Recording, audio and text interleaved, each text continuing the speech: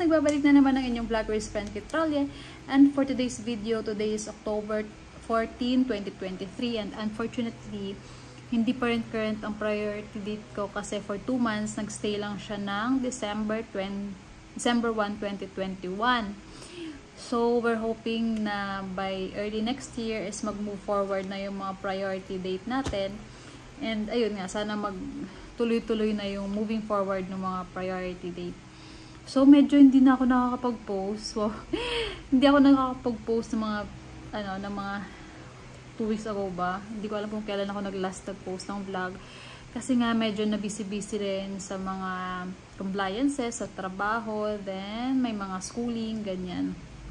So, speaking of schooling, guys, right now kasi parang gusto ko, ang dami kong iniisip kung ano pwedeng gawing kunin, anong kuning certifications or schooling, mga remote work, parang ganyan.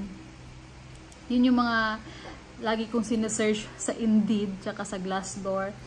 After bedside, parang since medyo maluwag naman sa time yung work doon, so, parang minsan naiisip ko kung ano pa pwede kong gamitin na mga certification. Or, ano pang mga certification yung pwede kong kunin na magagamit ko dun. Na pwedeng sa bahay lang, ganyan. So, for now, ayun, nag-grocery kami kanina. Then, ayun, mag-grocery muna tayo. Grocery haul muna tayo. So, yun yung mga latest update sa akin. Wala pa naman talagang update, actually. Kasi nga, hindi pa current yung priority date ko. Pero, malay nyo, next month, mag-current na or mag-move forward na yung visa bulletin. So, for now, let's do our grocery vlog. So, let's start. So, ito lahat ng mga pinag-grocery namin. Ayan. So, let's start with our colds. Ito. So, ito, fried chicken soy garlic ng Pure Foods na 500 grams kasi isa to sa mga favorite ni Ate Baleng. Then, kumuha rin ako ng ito, chicken nuggets ulit na 1 kilogram. Ito, medyo tumatagal talaga to sa amin kasi hindi naman to usually, hindi naman sa hindi kinakain, pero kasi parang ginagamit ko lang to pag pambaon ni Ate Baleng. So, medyo tumatagal siya ng mga more than 2 weeks sa amin yung 1 kilo. Then, itong tender juicy na classic na 1 kilograms din. Ayan. Ito kasi yung gusto kong ito yung gusto kong gamitin kapag gagawa ako ng octopus sa bento-bento ng Ate Baleng. Then, itong sweet ham classic ng CDO. 250 grams lang. CDO ulam burger. Actually, ito, hindi masyadong favorite to ni Ate Baleng. Siyang hindi kumakain nito. Pero si Lupi naman, parang gusto naman niya to. So, ayan, bumili ako ng 1 tab. Kasi, malay mo, magustuhan na rin ni Baleng yan. So, ayan lang. Ayan lang yung mga colds natin. Then, for the fruit, itong grapes, pang baon-baon lang din ni Ate Baleng. Kasi, actually, kapag pinapabaon ko sa kanya to, kinakain niya. Pero pag nasa ref lang, hindi niya pinapansin. So, ayan, pang baon niya talaga. Then, itong chocolates, medyo napamahal dito. Pero kasi ubos na yung kisses na binigay ni Tito Tex niya. So, ayan, medyo wala rin na rin kaming stock ng candies niya. Ito, pangbaon din ni Ate Baleng. Then, ito, bumili tayo ng inipit na leche flan flavor para kay Ate Baleng. Tsaka, makain-kain din dito sa bahay. Then, ito nakita ko kanina, sour rainbow rolls. Yan, para sa mga bata mamaya pagkagising nila. Then, fudgy bar. Yung mga cupcake ng mga bata. Then, ito, spaghetti. Spaghetti pack ba tawag dito? Itong Filipino spaghetti. So, meron na siyang kasamang 1 party size sauce, 1 family size spaghetti, plus 1 elbow macaroni. So, ito for preparation sa birthday ni PJ. So, dahil merong elbow macaroni, bumili na ako ng all-purpose cream para may partner na siyang, pwede na akong macaroni. Ayun, sa mga drinks ng mga bata, ito, Chucky. Actually, si Lupi na lang naman ang umiinom nito kasi kapag pinapabaunan ko si Baleng, parang hindi niya na iniinom. Lahat ng juice na pinapabaon ko sa kanya laging pag uwi niya, nandyan pa rin sa sa baonan niya. So, water lang talaga yung iniinom niya sa school, which is good naman. Pero yun nga, yung mga ito, hindi niya iniinom masyado, pati yung mga oranges, ganyan, or mango juice. Then, Yakult. Ayan, bumili tayo yun ng 2 pack kasi last time, yung 4 packs, hindi naman masyadong naubos nung 2. Kasi minsan ayaw na rin nila ng Yakult, medyo maasim daw. So, bumili rin tayo ng chicken cubes. Medyo malaki na yung binili natin kasi wala na natira kahit isa dun sa amin. Meron lang kaming pork tsaka beef. Then, itong Nescafe Creamy Latte para kay Ate Mitch. Ito yung Magic Savor ni PJ na Chili Mansi. Ito lang naman yung gusto niyang ipabili kanina. Bumili rin tayo ng Magic Sarap. Ayan, 1 pack ulit. Crab and corn para kapag gusto namin mag-soup, ganyan. Meron kaming stock lang. Then, crispy fry na 3 piraso kasi gusto ni Baleng kapag mag-fried chicken, laging may ganito. Then, bumili rin ako ng black pepper crack kasi wala na kaming black pepper. Then, itong original hot mix kasi minsan nagpapabaho na ako kay Ate Baleng ng waffle or yung mga pancake. So, ito. Then, itong miswa kasi minsan si Ate Mitch nilulutuan niya ng miswa yung mga bata sa lunch. Then, ito, Filipino style tomato sauce. Hindi ko na-check kung kailan ang expiration. So, November 2024 pa naman. Pang stock lang siguro dito pag naisip ko anong naisip namin na ulam. Silver Swan na sukang puti. Meron din tayong Silver Swan na soy sauce. Tsaka itong West Coast na vegetable oil. Bumili rin tayo ng sugar kasi wala na kaming sugar. Tsaka wala na rin kaming table salt or rock salt ba tawag doon. Medyo mahal kasi sa mall kapag Himalayan salt yung binili ko. Parang nasa 200. Bibili nila sa palengke. Magkano lang? 20 pesos lang yun. So sa palengke na lang ako bibili ng asin namin. So ito, brown sugar, 500 grams. Then ito, Mentos, pambaon-baon ng candy ni Ate Baleng. Lucky Me Go Cup Noodles na bok choy flavor para din sa baon ni Ate Baleng. Tsaka itong Lucky Me Go Cup Noodles na sotanghon naman, chicken sotanghon. Tsaka isang jampong. Actually, yung pinaka-last, nakalimutan ko na, pero na-vlog ko yun. Yung pinaka-last na 4 pieces na nabili kong cup noodles, actually, nag-last siya ng 1.5 months. Then, sa mga delata, bumili tayo ng luncheon meat, chicken, kasi mas mura to kaysa sa Spam. Alam nyo ba, before nag-grocery ako nung si Baleng pa lang yung baby ko, yung Spam is worth 170 pesos or 160, parang ganyan pa. Ngayon, nasa 200 plus na, grabe, inflation rate talaga. Nag-inflation talaga, I mean. Another one, mushroom na whole.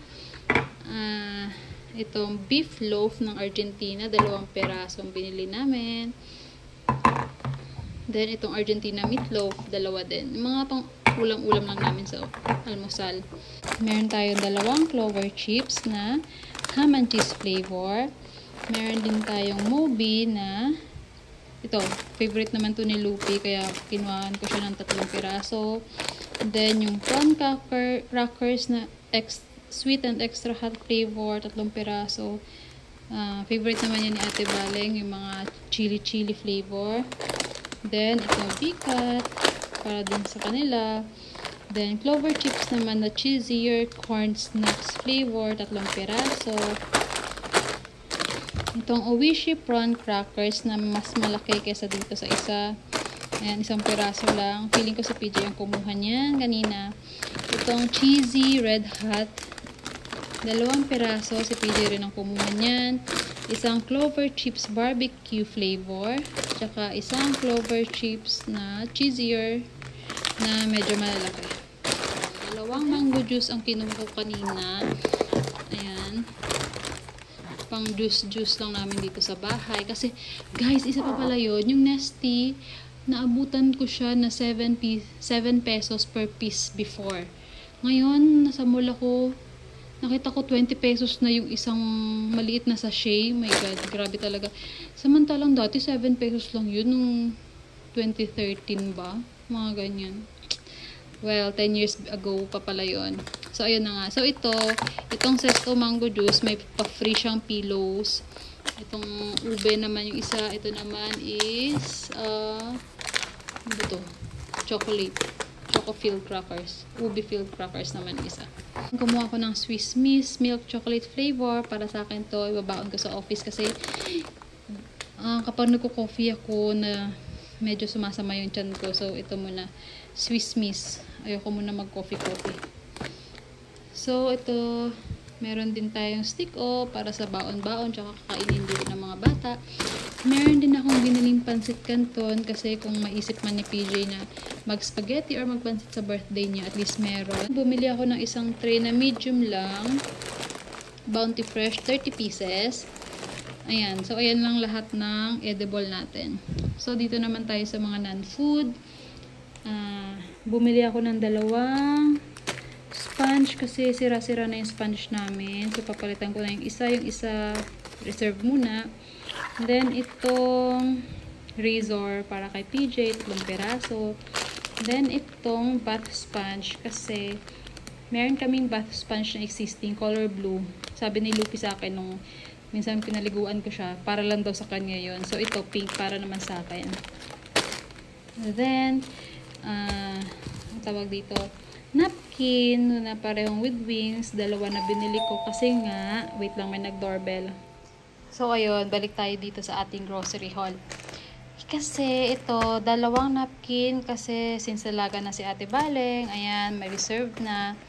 Then, bumili rin ako ng Safeguard Protection, Germ Protection Soap pala, I mean.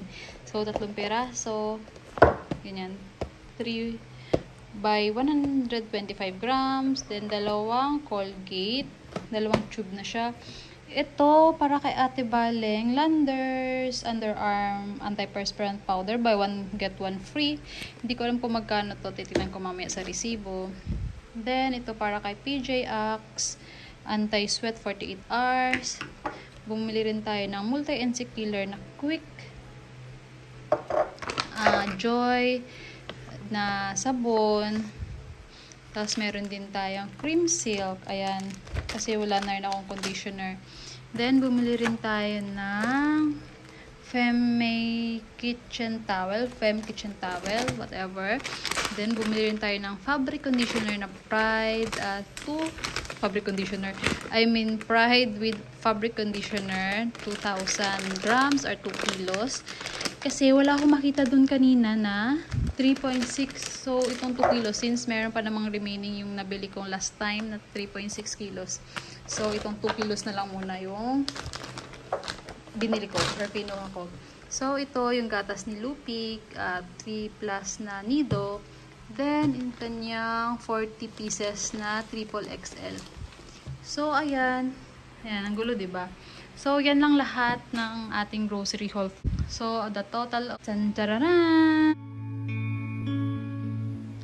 So, dyan na natapos ang ating grocery vlog for today. So, sana hoping, no, na sana talaga mag-move forward na kung not this December visa bulletin, baka by January 2024 visa bulletin na siya mag-move. And hopefully, yung move niya is mga months.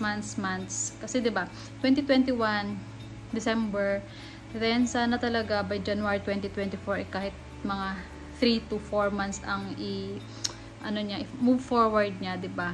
Para naman sa mga nag-aantay din nating mga kasama.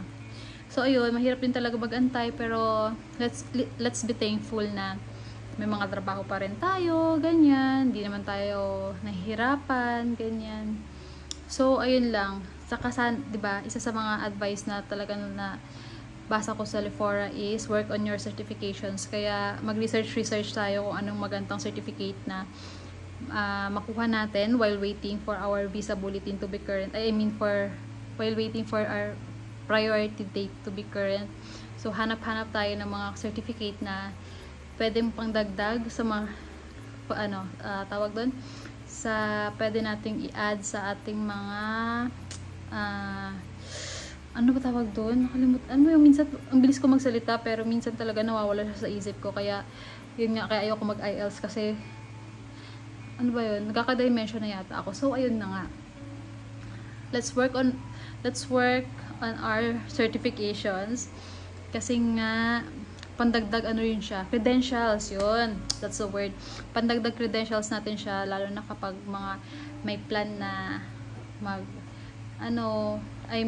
may plan na after mag-work sa hospital is mag-work from home naman, ano yun, kasi minsan sayang din yung time na wala ka namang gagawin, ganyan. Kaya yun yung mga isa sa mga ni-research ko ngayon, kung anong pwedeng i-work from home na pwedeng gamitin pag nandun na, or while malay mo habang dito pwede natin gamitin, di ba? So yun lang, thank you for watching guys, and see you on my next vlog. Bye.